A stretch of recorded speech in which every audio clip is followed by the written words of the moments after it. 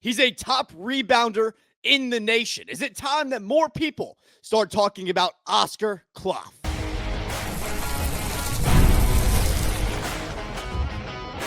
You are Locked On Boilermakers, your daily podcast on the Purdue Boilermakers, part of the Locked On Podcast Network, your team every day. Hello and welcome to another episode of Locked On Boilermakers here on the Locked On Podcast Network. Now, the number one sports podcast network, where it's your team every day. I am your host. I am Nick Arvin. I talk Boilermakers every day here on the Locked On Podcast Network, and I also write about Purdue for Purdue 24/7. Thank you for joining me today. Today's episode is brought to you by our friends at Game Time. Download the Game Time app, create an account, and use code LOCKEDONCollege for $20 off your first purchase. So it's going to be a fun one today, as last Friday, the Boilermakers got it done in Baja Mar. They won the title, and it wasn't just a win.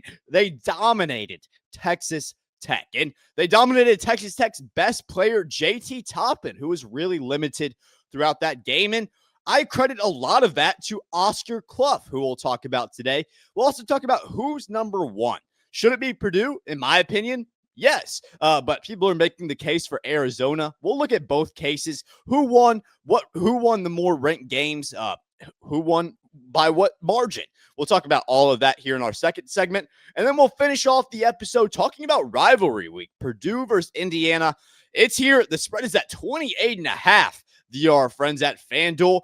Does Purdue have any chance in that one? Can they cover? We'll talk about all of that today here on Locked On Boilermakers. But let's go ahead and jump right into the topic of today's episode, and that is, of course, Oscar Cluff. And going into this year, going into the exhibition games, going into Kentucky, I was a little bit worried about Oscar Cluff. I was a little bit worried that maybe his game wouldn't translate the way that we had imagined going into the regular season, playing up against high-quality opponents in Big Ten play and even in the non-conference. I was a little bit nervous, especially against Kentucky, because that lineup of him next to Trey, Kaufman, Renn, it did look a little bit clunky to start out the year. However, as the year has gone on, and it seems like every game that has gone on, Oscar Cluff has gotten more and more and more confident. He's playing better basketball every game. And against Texas Tech, he certainly had his best game of the season to date. Oscar Cluff had 15 points. He shot 6 for 8, 75% from the field, 15 rebounds, and that's insane. But the number that really gets you is 7 offensive rebounds. He kept possessions going against Texas Tech, and that's a good part of the reason why they beat Texas Tech by 30 points, because Oscar Cluff, he continued to rebound the ball. He continued to give Purdue, Fletcher Lawyer, Braden Smith, get those guys the ball back, and continue to have Purdue scoring, having that efficiency that we know that they're capable of having. That directly stems from Oscar Cluff's ability to get down low and get rebounds. So we know that he's the best rebounder in the nation. Top 3, definitely, if not the best. I would call him the best. And we knew that kind of going into the portal, that's why Matt Painter wanted this guy, is because of his rebounding capabilities, his ability to get down low, get the board, and keep possessions going. That was something that last year for Purdue, it was kind of missing. When you look at that March run, losing against Houston, if you have a guy in Oscar Cluff, that may have gone differently, because he truly is special. He is a very talented big man, and he kind of is a traditional big man in the terms of he wants to get down low and score. He wants to rebound the ball. And I think that although people are kind of hesitant to play those really traditional bigs, the fact that you have him and then you can pair him up with Daniel Jacobson, who made a 3 against Texas Tech, who can space out the floor, it's the perfect combination of big men for this Purdue team. And honestly, I think that's why Purdue is still undefeated right now. I think that's why they have 2 top 15 wins, because they have those quality of big men up front. But specifically, looking at Oscar Cluff, it's hard to not say that this guy is the most underrated big man in the country. If you look at the way that he played Texas Tech, the way that he played JT Toppin, obviously Cluff wasn't on Toppin the whole game, but he was on him. He did limit him a good portion of the game because JT Toppin did struggle. And when we talk about underrated, JT Toppin is kind of the opposite. I'm not saying that he's overrated, but everybody knows who JT Toppin is. He's an All-American. He's not underrated by any means. So that's why when Oscar Cluff outplays him, there needs to be a conversation because JT Toppin had 15 points, 6 for 13 from the field, 8 rebounds, 2 assists. It wasn't his best game by any stretch of the imagination. And Jacobson helped out too, for sure. He certainly helped out. But Cluff was the guy that was continuing to get rebounds on Toppin. He was continuing to limit Toppin's abilities. And ultimately, the fact that JT Toppin was limited in this game is why Purdue had so much momentum. Because Texas Tech, they have Christian Anderson, and he's a very talented guard. But JT Toppin is kind of where this team goes. Where JT Toppin goes, the Red Raider goes. And he wasn't very efficient. He wasn't efficient at all, in my opinion, against Purdue. Whereas Oscar Cluff, he was extremely efficient. He shot 75% from the field. And that's to my next point. Although Oscar Cluff is seen as a rebounder, and that's why he was brought in to Purdue, I feel like he's kind of developed into so much more than a rebound. He showed flashes last year, but this year I think that he's certainly taken a jump in terms of being able to get down low and score. He wasn't very aggressive to start out the season, and that was something that I wanted to see change. You don't need a ton of Oscar Cluff points, but if you can get that guy in efficient numbers and get him into double figures, you're going to be hard to beat because, once again, he's going to have those rebound numbers alongside the points. So you're kind of playing with house money when Oscar Cluff is able to be aggressive, when he's able to score. And, I mean, Purdue played with house money. He had 15 points, shot 75% from the field, and everything looked pretty easy for him. There was nothing that really stuck out to me and was like, Oscar Cluff is trying to force it. Oscar Cluff is trying to make something happen. That's not him. He takes what he's given, and that's going to be something for Purdue that is really going to be beneficial, especially when you have so many mouths to feed with Fletcher Lawyer, with Braden Smith, CJ Cox, TKR. The ability to have a guy down low that doesn't need the ball in his hand, but when opportunities arise, when Braden Smith is getting double, when people are going after Fletcher Lawyer on the perimeter, it opens up the ability for Oscar Cluff to get an easy basket because he does sometimes get overlooked. That's why he was a problem against Texas Tech. That's why he's going to continue to be a problem against other teams and going into Big Ten play this year. The final point that I do want to give before we transition over to who is going to be the number one team later today is Oscar Cluff not only puts up numbers for himself, not only improves the way that Purdue plays, but he helps his teammates out. His teammates, especially Trey Kaufman, Renn, who's in that front court with him, directly improve when Oscar Cluff is on the floor. And that's something that really, I feel like it's invaluable. The effect where you have on your teammates where they get better playing next to you. That's something that you rarely see. But for Oscar Cluff, we certainly do see it. And let me tell you why. So Oscar Cluff himself this year, he's averaging 12 points, 11 rebounds, 71% from the field. Great numbers for a center. When you bring him in, if you were told that Oscar Cluff would be averaging a double-double, shooting 71% from the field 6 games into the season, everybody would have taken it. I don't think there's anybody on this team that would have said we don't want this guy, right? So he certainly showed up in terms of being that guy that he was advertised to be coming out of South Dakota State. But I think that the numbers that really stick out to me is Trey Kaufman-Renn. Trey Kaufman-Renn is also averaging a double-double, 15 points, 12 rebounds on the season. You can't tell me that the effect on Trey Kaufman-Renn, the fact that TKR has been able to develop, as a rebounder, he's grown as a rebounder. Looking back at last year, you wouldn't consider TKR to be a top rebounding big in the nation. But now that Oscar Cluff kind of takes some attention away in terms of getting those rebounds, everybody swarms Oscar Cluff when the ball hits the rim because, I mean, it's hard to not tell that this guy is the best rebounder on the floor. But when everybody's trying to box out Oscar Cluff, when everyone's trying to get around, limit Oscar Cluff, that opens up Trey Kaufman-Renn to get those rebounds, to extend possessions. And now you see where you have two of the top rebounders in the nation, if not the best, because what Oscar Cluff does for you, the ability, the pressure, the momentum, the gravity that he has down low. That's the right word. Oscar Cluff's gravity down low influences Trey, Kaufman, Renn to get more rebounds. And that's the reason why Purdue is beating all of these teams by a significant amount in the rebounding numbers when TKR got back, compared to not really doing so when he wasn't here, because everybody has to go for Oscar Cluff. And when you have another guy that can rebound, it opens it up for him. TKR has certainly seen the effect of Oscar Cluff, and most of these teams this year are going to find out why Oscar Cluff is one of the most underrated centers in all of the nation. Next, we're going to talk about Purdue, why I believe they deserve to be number one in the nation. Some people don't think so. Some people think it's Arizona. We'll compare and contrast these two teams. That's here next. The holiday season is right around the corner, and that means it's time to get your home ready. Whether you need more seating for guests, cozy new linens, or fun serveware for holiday hosting, Wayfair's Black Friday sale is here to help make your space shine. And all the best part, you don't have to wait. Wayfair's Black Friday deals are happening all month long with up to 70% off everything from sofas to spatulas. I love using Wayfair because I was able to get all my fall decor. I'm already starting out on Christmas stuff. It's really exciting. I can get all of my holiday gifts, all of my holiday homeware with Wayfair. So don't miss out on early Black Friday deals. Head on over to wayfair.com now to shop Wayfair's Black Friday sale for up to 70% off. That's WAYFAIR.com.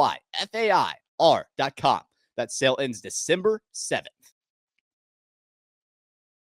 Not only did Purdue get a top-ranked win over the weekend, but so did Arizona. Arizona took down number 3 UConn, and that kind of started up a debate over the weekend on whether Arizona should be rated number 1. And I feel like a lot of people had this conversation, and I don't necessarily agree with it. I don't think that should be the case. Yes, I do think that Arizona may have a better resume than Purdue, but that doesn't really mean much. Not this early in the season, not when both of these teams are undefeated, because Purdue also is undefeated. Purdue also has top-ranked wins. Yes, Arizona has more of them. Arizona beat Florida to start out the season. Then they followed up with a win over UCLA, and they beat UConn.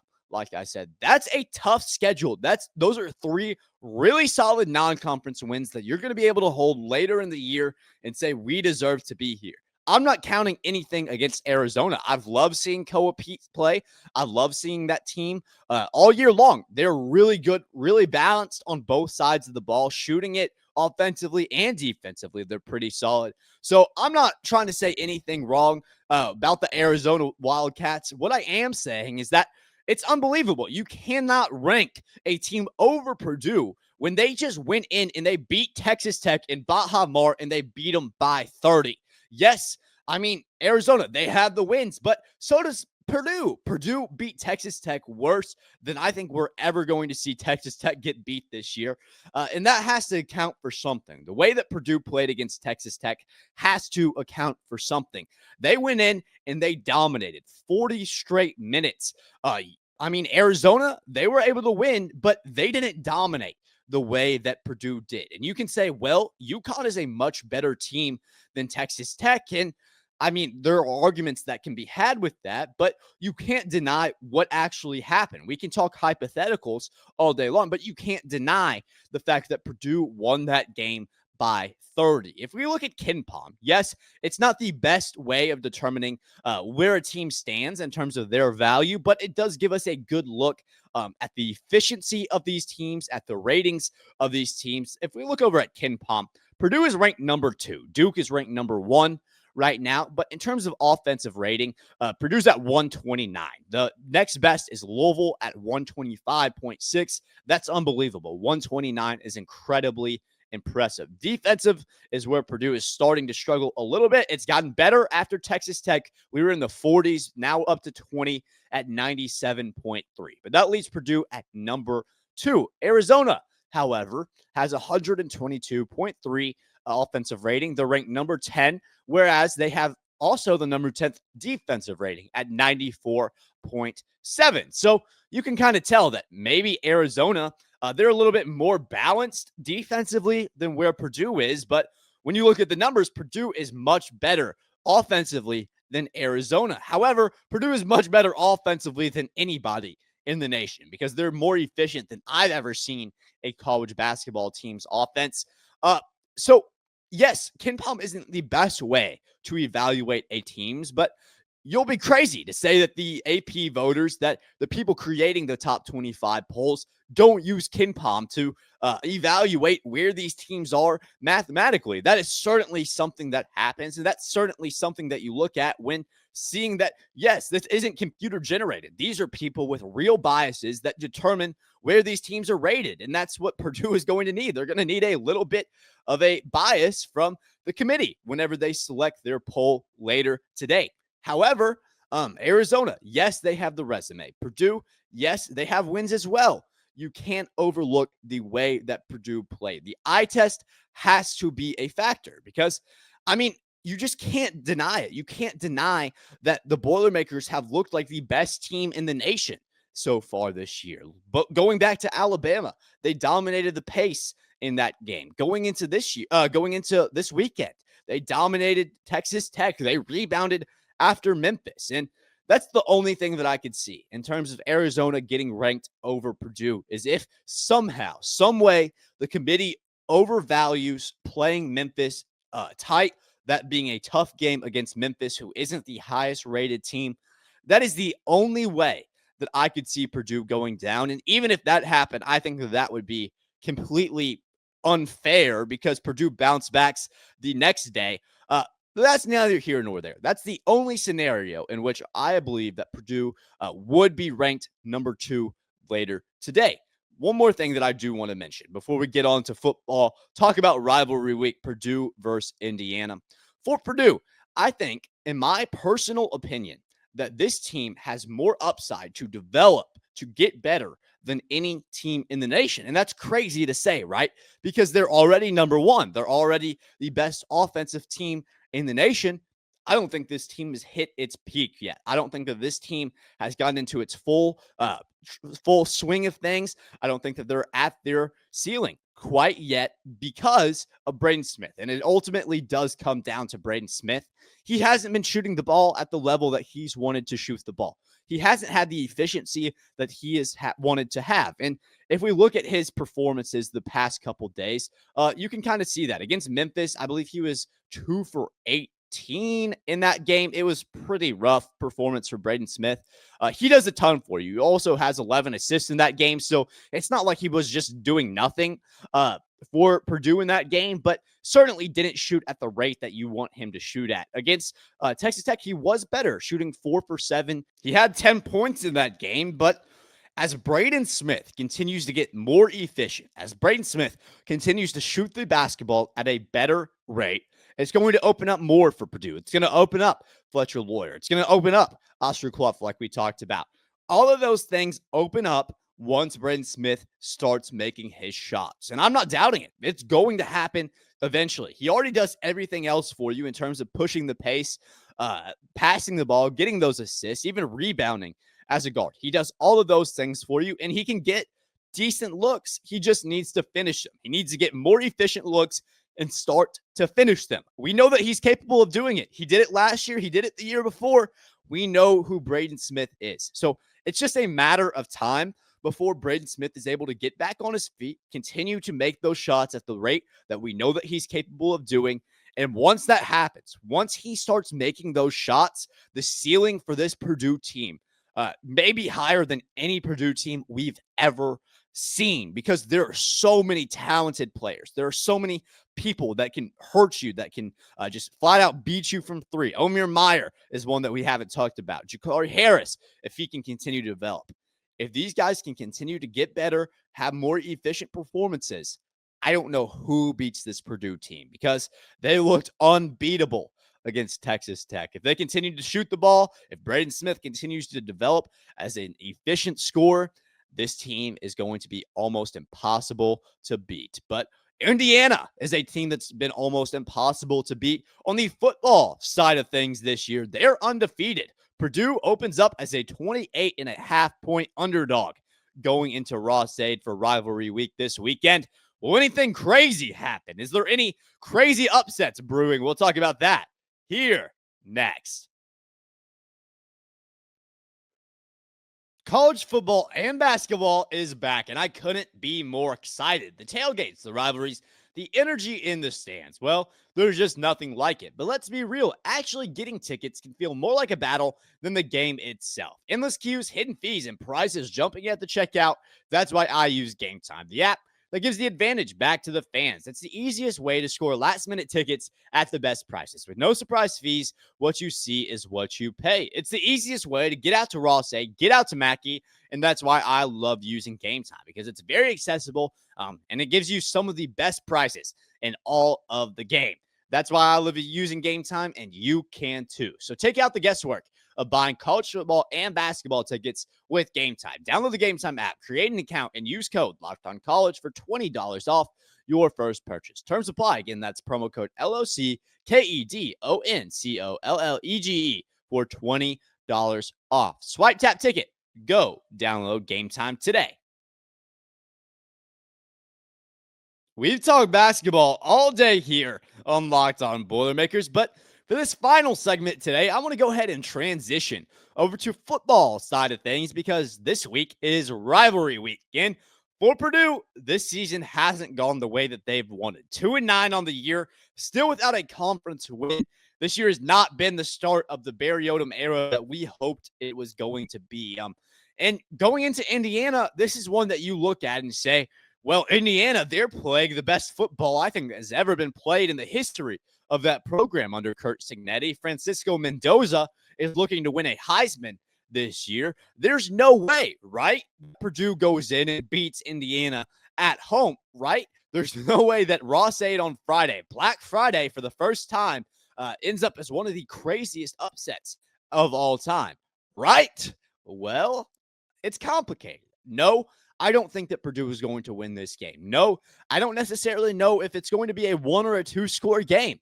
However, 28.5 points is a lot for rivalry week. And yes, I know that Purdue got beat by 60 last year, but even Cignetti said it himself. This Purdue team doesn't have the record that you want them to have, but they have a lot of fight. They have more fight than they did last year under Ryan Walters. And I mean, they need to have that fight going into Indiana. And that's my hope, is that yes, this year hasn't gone the way that you've hoped. Yes, it hasn't gone the way that you wanted it to go. But if you're able to go in, play against Indiana, and play the best football that you've played all year, you'll at least give yourself an opportunity to play in a close game. And that's what I want to see for Purdue, is I want to see a competitive game. I don't even know if it'll be close. I don't even know if Purdue will have a shot after the first couple quarters, but I want it to be a competitive game. I'm going to be there at Ross-Ade, so I want to see this one, show some fight. I don't know if it's going to be Ryan Brown or if it's going to be Malachi Singleton, but whichever one of those guys comes out onto the field, they need to attack. I don't want to see just a conservative offense like we've seen at times.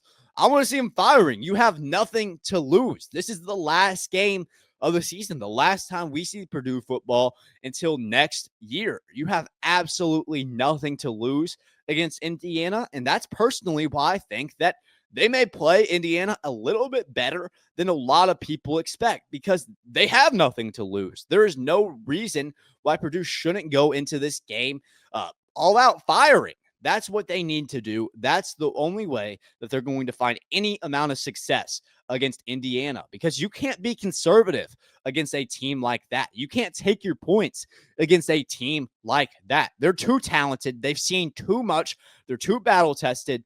You're just not going to be able to do it that way. On the offensive side of the ball, it's got to be either Malachi Singleton or Ryan Brown. Those guys, they haven't really shown up this year. Neither of those guys have stepped up this year and said, hey, we want to be the future quarterback of this Purdue program. They just haven't played to that level. But against Indiana, maybe you get some answers to that question. Whether it's Ryan Brown, whether it's Malachi Singleton, if one of those guys steps in, shows the passion that you want them to show, shows the intensity against Indiana, I mean, going into next year, that's something that you can build on. It's not necessarily about how they played last year.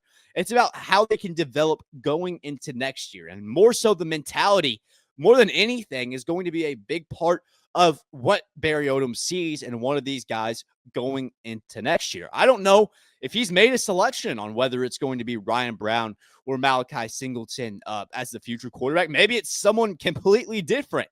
But you want to see one of these guys step up against Indiana. You want to see one of these guys show some pride. Yes, Ryan Brown was from Purdue. He knows what this rivalry means. He was there last year when Purdue got beat by 60.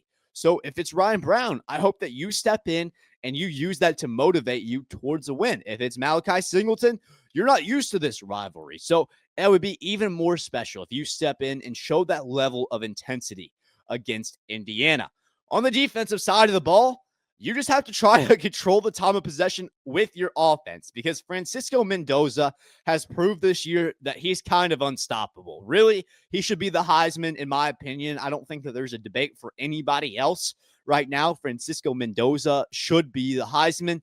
With Purdue's defense, the way that they've played this year, the way that that secondary has been, I don't know how they limit Francisco Mendoza, and I believe that's why the spread is at 28.5 because that Indiana offense is just so dang explosive with him at the helm. This year, he's having obviously the best year of his career. 30 touchdowns, 2,600 passing yards, and his number one target is Omar Cooper Jr. 740 yards, 10 touchdowns on the season. The Cooper-Mendoza connection has been clicking all year long for the Hoosiers, and I have a scared feeling that might continue going into West Lafayette on Friday. However, I hope it doesn't. I hope that Purdue comes into this game.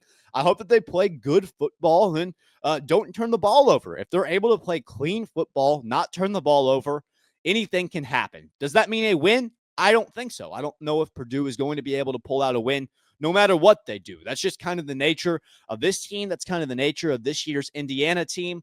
It's a tough hill to climb for a 2-9 team to beat an 11-0 football team. That's something that not likely, but it's rivalry week. Crazier things have happened in the sport of college football, and there's nothing like motivation. Motivation is the number one thing. You can't beat motivation. You can't teach motivation. Playing up against an Indiana team, whoever's more motivated is going to dominate this game. If Purdue comes in, they're more motivated. Indiana thinks it's going to be a cakewalk. I do see a scenario where maybe Purdue strikes first. Maybe Purdue keeps it close, even a tie game going into halftime. That's a scenario that I definitely think is possible. But what I think is the likely scenario is that Indiana, they're motivated as well. Signetti has talked all week long about how this Purdue team is better than their record, how they are a decent level of it. They have a decent level of intensity. I think that this Indiana team will, unfortunately for us, come in motivated, and I don't know how well Purdue is going to be able to fare. It's going to be a fun one, though. I'm going to be there, like I said. I hope that Purdue is able to put up a level of fight, that they're able to kind of control this game and keep the ball out of Francisco Mendoza's hands, because once that guy has it, when he's spinning it, he's hard to beat. Thank you for joining us today on Locked On Boilermakers. It was a fun one. Hopefully, Purdue's ranked number one in the AP poll later today. We'll see. If Arizona's number one, I'm going to be very upset. But thank you once again for joining us. Thank you for making Locked On Boilermakers your first listen today. For your second listen, consider checking out Locked On Big Ten with Craig Sheeman. He breaks down everything from the rivalries to the championships and every game in between in the most exciting conference in college sports. Find Locked On Big Ten on YouTube or wherever you listen to podcasts. Part of the Locked On Podcast Network. Of course, that is your team every day. Thank you, guys. And as always, boiler up, hammer down.